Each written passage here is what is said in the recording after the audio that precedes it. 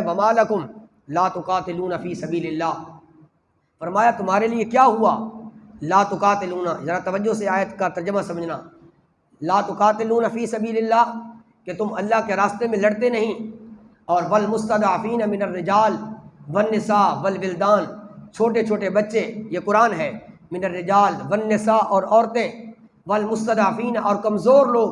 وہ یہ پکار رہے ہیں ربنا اخرجنا من هذه القرية الظالم، کہ جس بستی پر کافروں کا ظلم ہو رہا ہے اس بستی کے بچے یہ پکار رہے ہیں ربنا، اے ہمارے رب،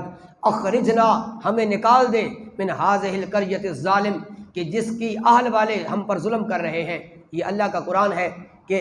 جب مسلمانوں پر ظلم کیا جائے، مسلمانوں پر ظلم کے پہاڑ توڑے جائیں، اللہ فرماتا ہے پھر تم کیوں نہیں نکلتے، ان غریب لوگوں کی، ان عورتوں کی، ان کمزور لوگوں کی مدد کیوں نہیں کرتے۔ اس آیت کی تفسیر میں پیر کرم شاہ الحضری فرماتے ہیں کہ جب مسلمانوں پر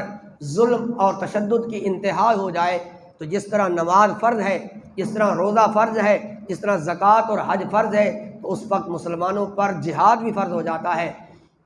فلسطین کی، بیت المقدس کی،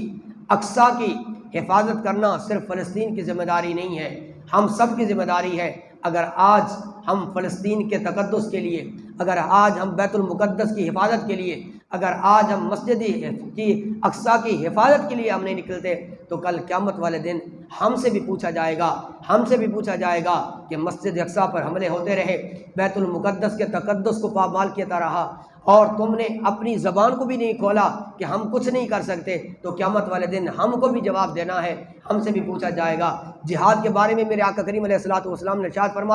فرمایا یا ایھا الناس تقاتلکم الجہود، اے لوگو تمہارے ساتھ یہود لڑیں گے، تمہارے ساتھ یہود مقابلہ کریں گے، کفر تمہارے خلاف آئے گا، فرمایا لیکن فتسلطون علیہم، اور تم ان پر غالب ہو جاؤ گے،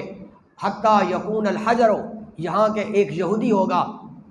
اور وہ ایک چٹان کے پاس آ کر بیٹھ جائے گا،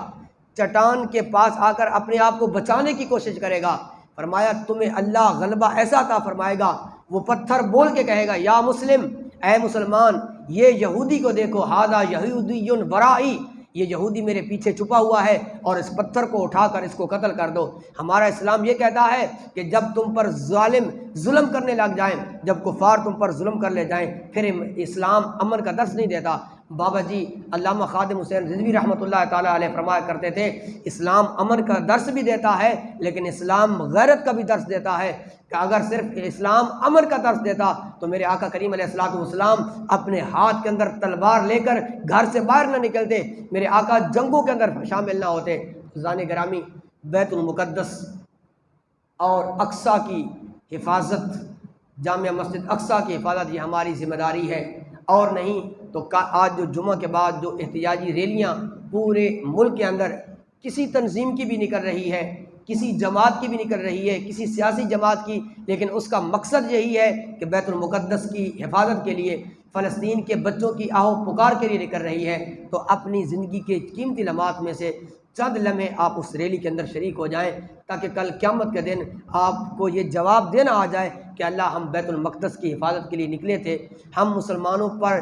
ظلم ہونے والے تشدد کے خلاف ہم نکلے تھے۔ آج فیصل آباد کے اندر بھی ریلیاں نکلیں گی جمعہ کے بعد، تو آپ نے کوشش کرنی ہے پوری ریلی کے اندر شرکت نہ کریں تو چند لمحے کسی ریلی کے اندر شریک ہو جائیں۔ یہ نہ سوچو کہ ہمارے جانے سے کیا ہوگا،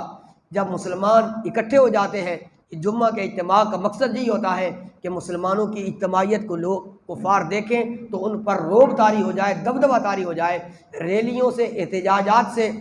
یہی ہوگا کہ سوشل میڈیا پہ یہ ریلیاں آئیں گی اور سوشل میڈیا پر ان کو دکھایا جائے گا، تو اس کی وجہ سے بھی اسرائیل پر دباؤ آئے گا، شاید کہ وہ فلسطین کے بچوں پر جو ظلم اور تشدد کر رہا ہے اس سے وہ باز آ جائے۔ ہم دعا کرتے ہیں اللہ فلسطینیوں کی مدد فرمائے، اور جو ظلم کر رہے ہیں اللہ ان کو نیست و نابود فرمائے۔ وآخر دعوانا الحمد للہ رب العالمین۔